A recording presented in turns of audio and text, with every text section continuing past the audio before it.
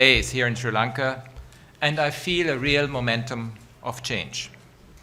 During my visit, I discussed an array of human rights issues with a wide range of actors, from the country's political and religious leaders to members of civil society and victims of human rights abuses.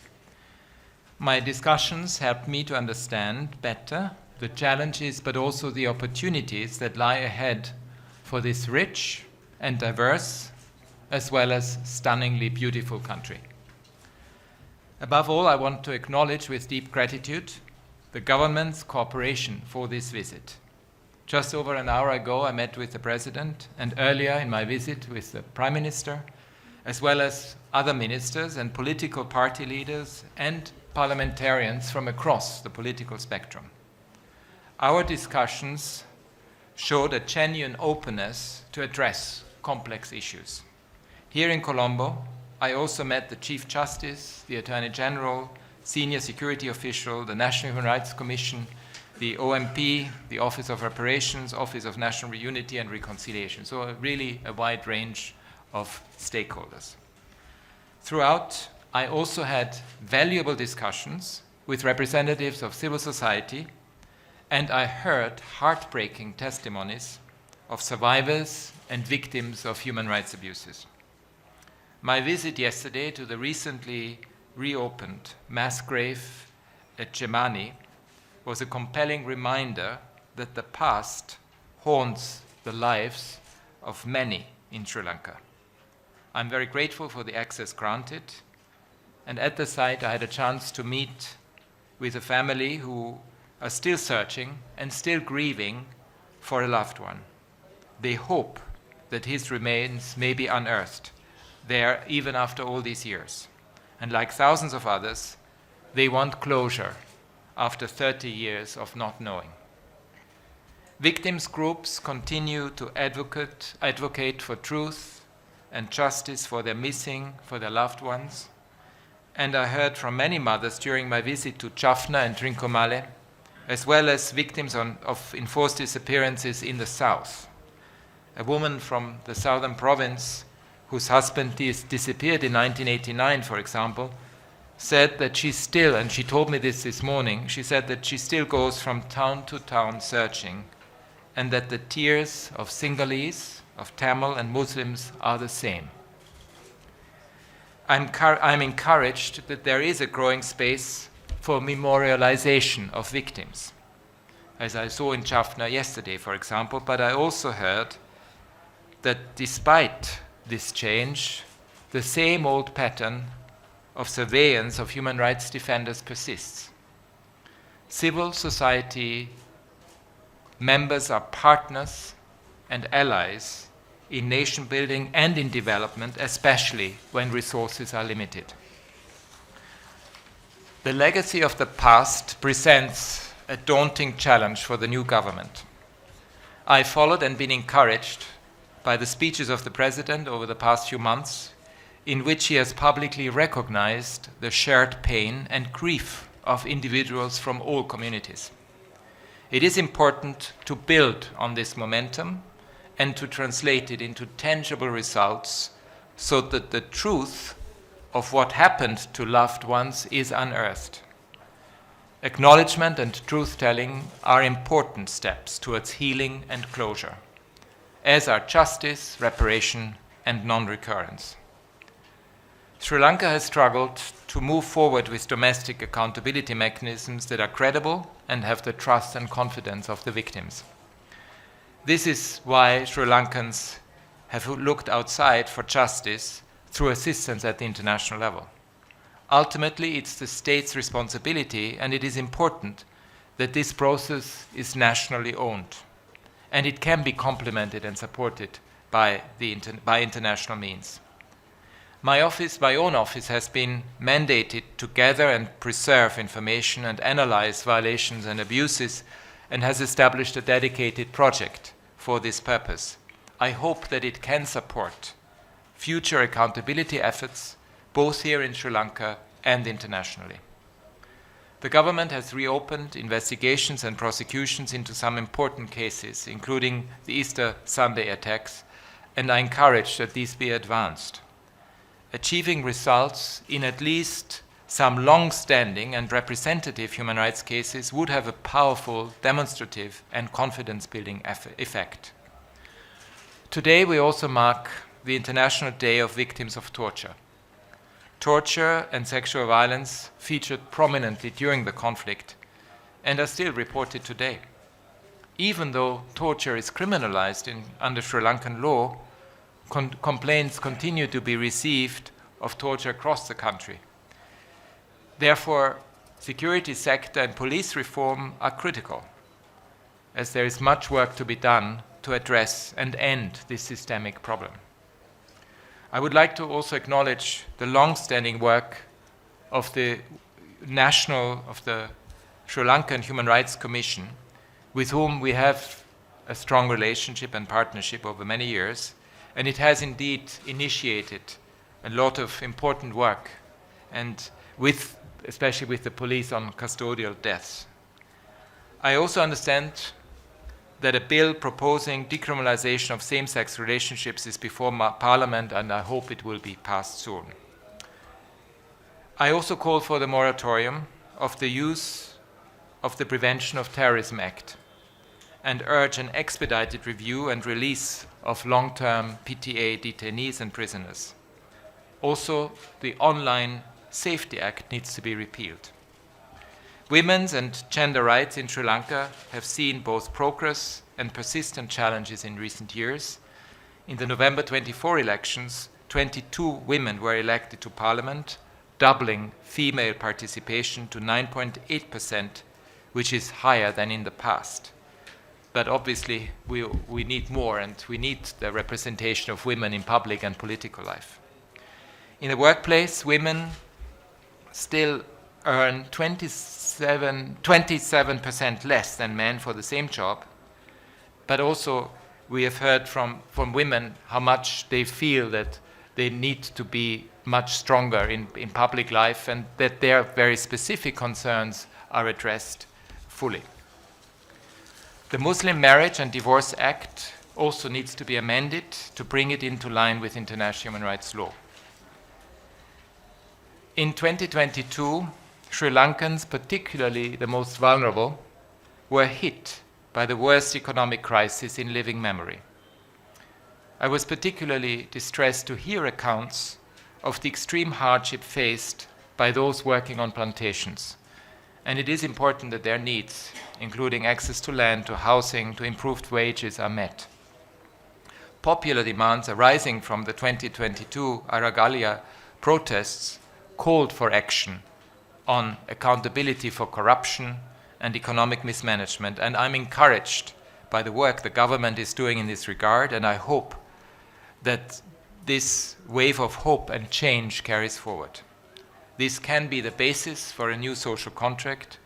There is indeed an opportunity even to transition to a human rights economy, one that looks beyond economics and focuses also on the main causes of societal problems and addresses issues such as inequality, injustice, and unsustainable practices from the past.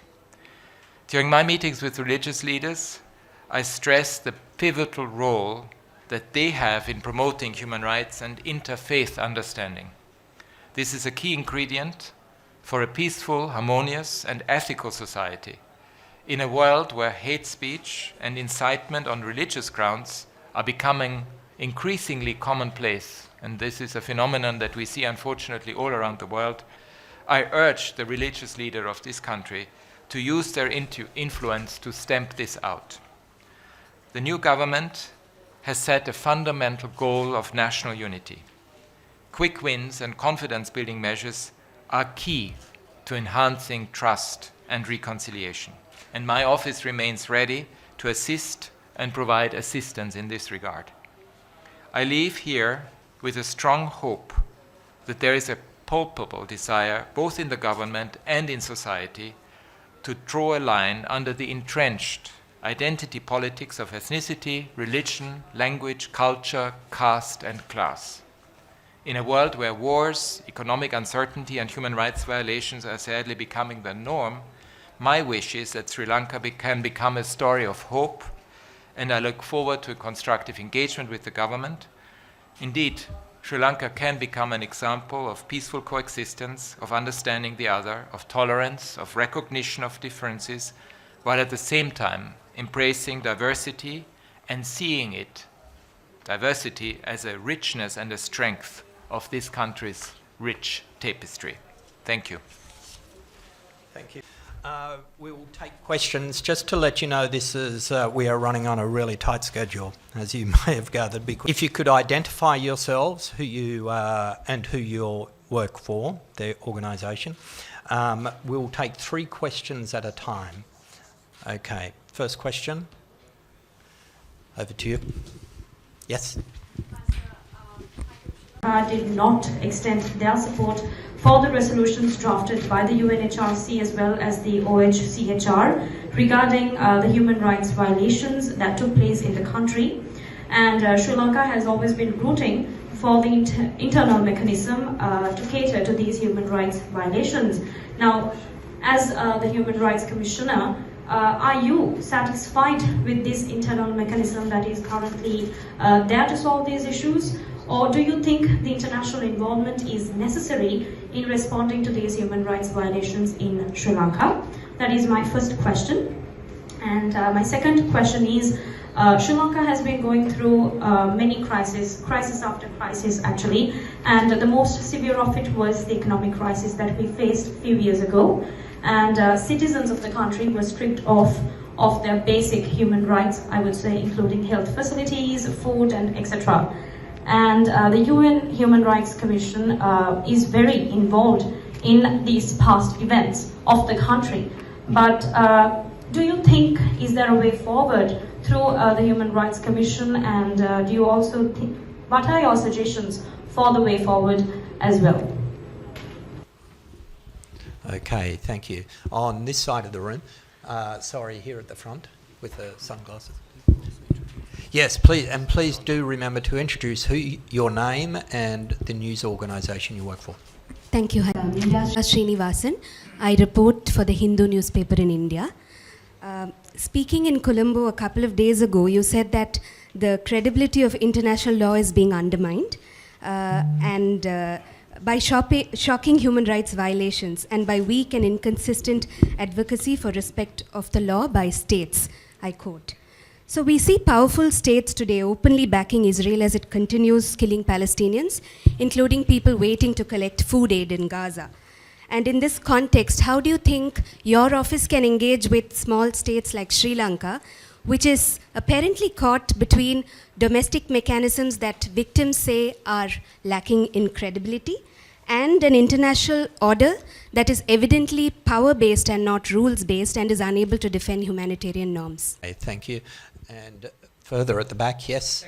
On Meera's question, High Commissioner, about 10 days ago, you said that you condemned in very strong language about what's going on in Gaza, and you condemned both Israel and Hamas. Since your statement 10 days ago, the number of daily killings have actually escalated. So I'd like your reaction to what's going on right now. Thank you.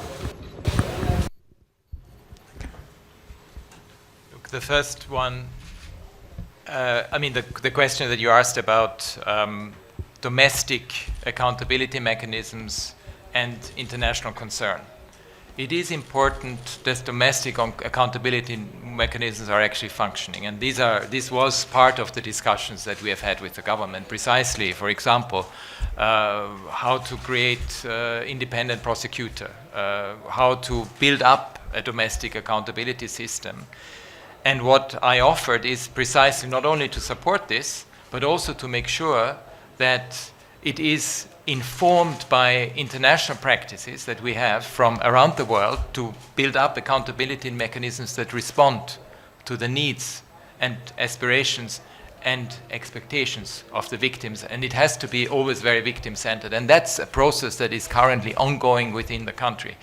It, of course, human rights always remain a matter of international concern, not just here in Sri Lanka, but everywhere else in the world as well.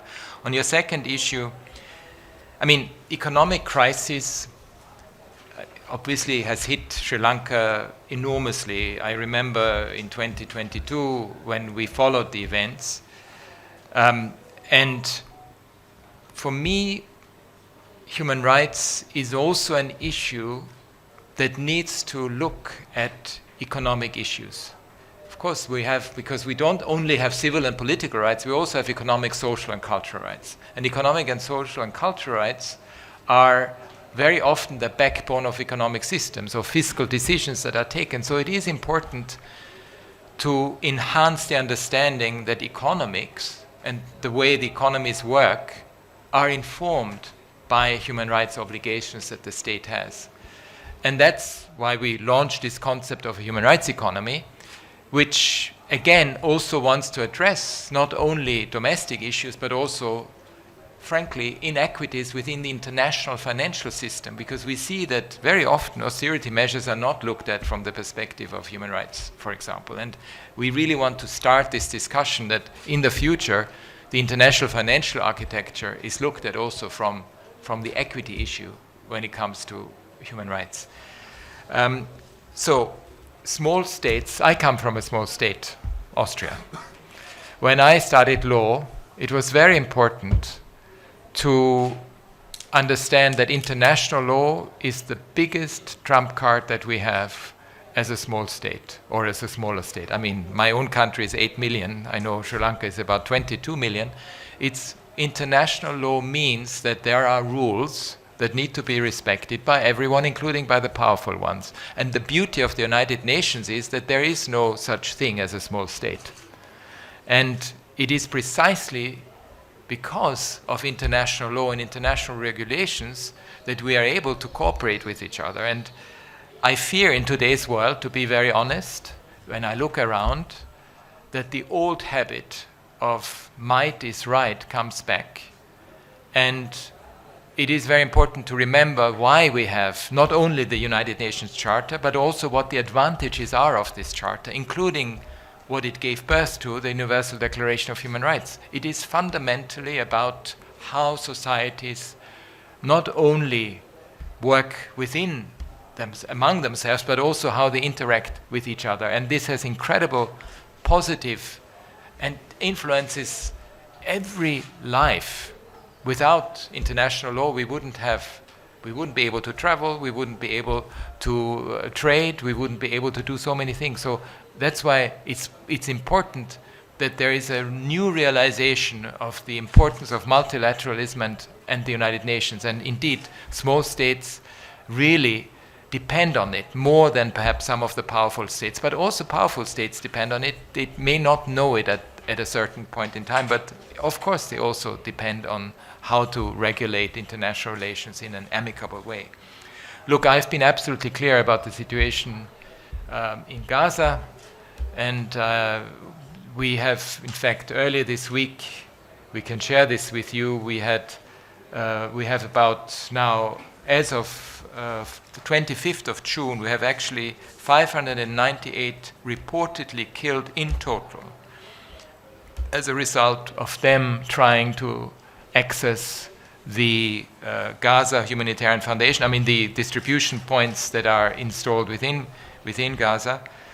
And I have to say, when it comes, it's heartbreaking to know that people who need humanitarian assistance almost risk their lives in order to get food or material assistance. And it's really extremely distressing to see that militarized humanitarian assistance schemes have emerged. They are not a response. What we need, again, is a ceasefire, release of hostages, and an all-out effort to get humanitarian assistance into Gaza.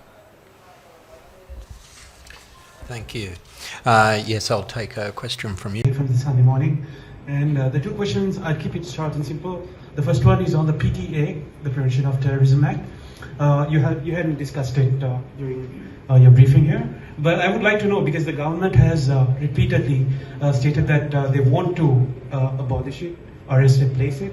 But we've seen in the past 6 months that more and more arrests have happened, and there's no, even though there's claims of amendments and talks of repealing it, there really hasn't been much development coming from the government. So in respect of that, I would like to know your views and what your investigation on that is. And secondly, you also said that police reforms are necessary. So I would like to know what reforms you're talking about.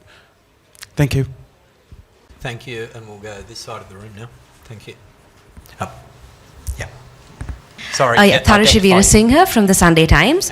So Sri Lanka has consistently opposed the Council's accountability project so far, yeah? And with what's happening in Gaza and Israel as well, why should Sri Lankans feel confidence in, the ability of extraterritorial and universal jurisdiction to actually contribute to the long-term stability and reconciliation of, what we are recovering from here? And also with regards to your previous report, High Commissioner, in 2024, when you called for asset freezing and other sanctions in relation to Sri Lanka's human rights violations, are these recommendations you will be making again in this year's report? Good evening. Hi Commissioner, I'm Indivari from Adadderana. A few follow-up questions, specifically whether steps have been discussed, specific steps to push the government to take in the coming months to turn investigative reports into actual progress, and whether there are specific time-bound benchmarks you've urged the Sri Lankan government during your discussions, and what the face of Sri Lanka's engagements with the UNHRC will be with the new government. These are the three, right? Yeah. Yep. Look, yes, we obviously discussed the PTA, and it's clear from our perspective that it should be repealed, and we were informed about the steps that are being taken to that effect. But yes, for us the position is very clear on the PTA, and it has been also part of previous reporting from my office. On police reform, I mentioned one issue, torture. And, many countries around the world struggle with it. It requires a very consistent effort of independent mechanism of complaint so that people can come forward when they are confronted with it. I mean, it also, as I mentioned, we have a very strong relationship with the National Human Rights Commission here, and they have a lot of expertise when it comes to this. And these are the type of mechanisms that need to be strengthened so that they are part and parcel of, for instance, security sector reform, and in particular the police. On accountability, I mean, as I mentioned before, the domestic accountability mechanism is absolutely critical, and it needs to be worked through, and through the strengthening of the institutions that exist, but also by making sure that justice is served when indeed all the evidence is provided. We will always need the support from the international community for this, as long as we need to complement it with the efforts of the international community and the support of the international community to build up such a mechanism. We're still drafting the report, so I cannot tell you yet what type of recommendations there will be contained. Certainly this visit is very important. Has been very important to directly see myself and visit the country and have this very in-depth engagement with everyone in this country. And I mentioned it in my opening remarks, there are a number of emblematic cases. We have followed them for years, and it is important that progress is made. And obviously, this was part of the discussion that we have had with the authorities, and we will obviously follow up on those as well. Thank you very much. Okay. Thank you, everyone. I'm afraid that's all the time we have. We've got to race to the airport. So thank you all for coming. We appreciate you being here, and have a good evening.